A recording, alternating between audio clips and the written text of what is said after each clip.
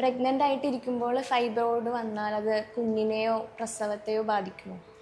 ഈ പ്രഗ്നൻ്റ് ആയിരിക്കുന്ന സമയത്ത് ഒരു ഫൈബ്രോയിഡ് ഡയഗ്നോസ് ചെയ്യുകയാണെങ്കിൽ പലപ്പോഴും ഇങ്ങനെയാണ് സംഭവിക്കുന്നത്. പ്രഗ്നൻസിയുടെ ഭാഗമായിട്ട് സ്കാൻ ചെയ്യാൻ പോകുമ്പോൾ ഇൻസിഡൻ്റലായിട്ട് ഫൈബ്രോയിഡ് ഉണ്ടെന്ന് കാണാൻ ചെയ്തത്.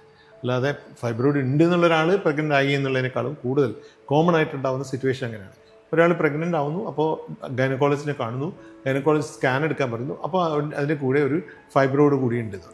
പലപ്പോഴും ചെറിയ ഫൈബ്രോയിഡുകൾ, ഒരു 5 സെൻറ്റിമീറ്ററിന് താഴെയുള്ള ഫൈബ്രോയിഡുകൾ ഒന്നും തന്നെ ഈ ഗർഭത്തിനെയോ ഗർഭധാരണത്തിനെയോ അത് ഗർഭം സ്വാഭാവികമായിട്ടുള്ള പ്രസവത്തിനെയോ തടസ്സപ്പെടുത്തുന്നില്ല. പക്ഷേ ചില കേസുകളിൽ ചില പ്രത്യേക പൊസിഷനിൽ ഉണ്ടാകുന്ന ഫൈബ്രോയിഡുകൾ ബുദ്ധിമുട്ടുണ്ടാക്കുകയും ചെയ്യുന്നുണ്ട്.